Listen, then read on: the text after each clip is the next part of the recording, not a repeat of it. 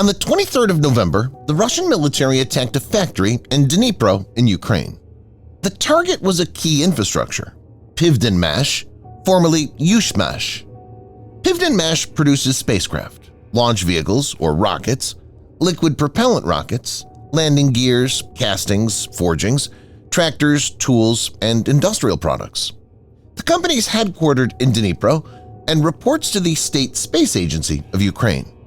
It works with international aerospace partners in 23 countries. The strike package included 6 Kh-101 cruise missiles, 1 Kinzhal hypersonic missile, and an unknown missile which was later designated as Oreshnik. A U.S. official confirmed the United States was pre-notified briefly before the launch. It was done since it could have been mistaken for a nuclear strike.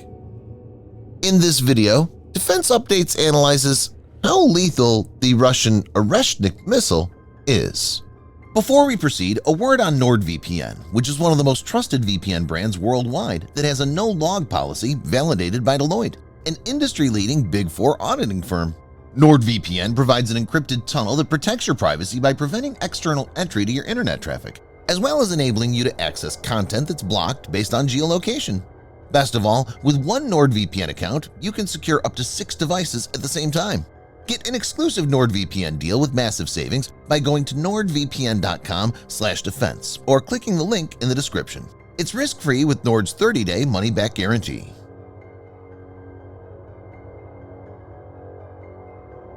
The Russian Ministry of Defense stated on November 21, 2024, in response to the use of American and British-made long-range missiles against facilities on Russian territory, the armed forces delivered a combined strike on one of the Ukrainian military-industrial sites in Dnipropetrovsk.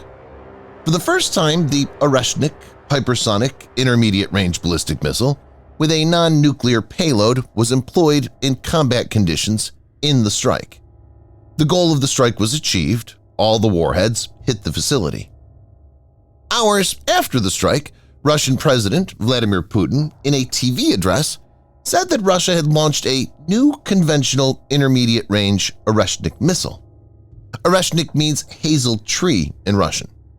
Putin said that the weapon traveled at a speed of Mach 10 or 2.5 to 3 kilometers per second. That's 10 times the speed of sound, adding that there are currently no ways of counteracting this weapon. Putin added, "The Oreshnik system has nothing to do with the modernization of the old Soviet systems. It is obvious that we were all raised watching various systems of the Soviet Union operating. We were all brought up on what was done by previous generations, and to a certain extent we used their results." Putin said, addressing the meeting with the Defense Ministry Executive Board, representatives of the military-industrial complex, and missile weapons designers, "However, this system is indeed the prime result of your work, the work that was done in Russian times under the conditions of the new Russia. It was waged on the basis of modern, latest developments." He also said, "Based on the test results, these weapons will also go into production. That is, we are developing a whole line of medium and shorter range systems."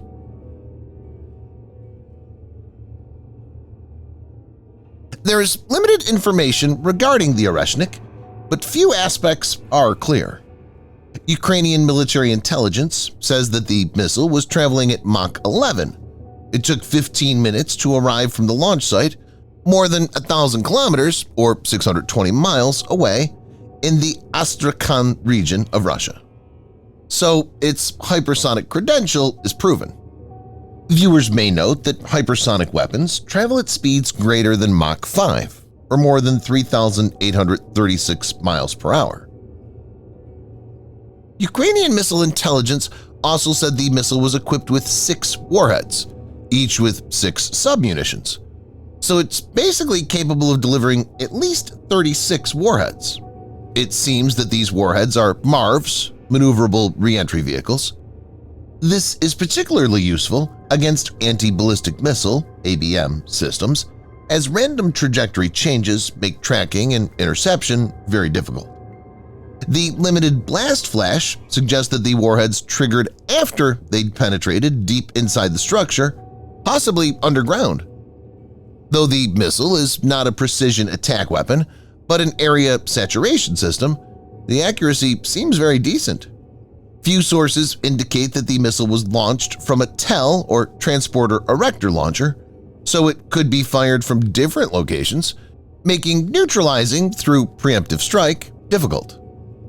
Russian military expert Ilya Kramnik told the pro-Kremlin newspaper Izvestia that it's likely that the new missile, whose development has been classified until now, is at the upper end of medium-range missiles.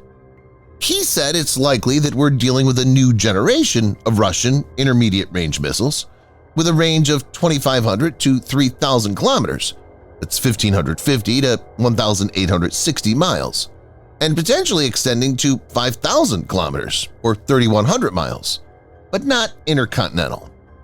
This could put almost the whole of Europe within range, but not the US. Viewers may note that the development and use of this weapon is possible since the INF, Intermediate Range Nuclear Forces Treaty, is no longer in force. The INF Treaty was signed by Ronald Reagan and Mikhail Gorbachev in 1987. It banned ground-launched missiles with ranges from 500 kilometers to 5,500 kilometers, that's 310 to 3,420 miles. It was the first instance where the two superpowers agreed to reduce their nuclear arsenals, eliminating an entire category of weapons.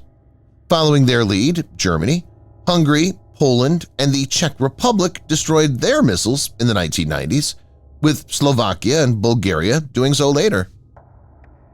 In 2019, the United States withdrew from the INF Treaty, alleging that Moscow was violating the agreement with the development of certain ground-launched cruise missiles. The Kremlin repeatedly denied these accusations. The Pentagon is also now developing this type of missile, and Germany gave the U.S. the green light to deploy longer-range weapons inside its borders.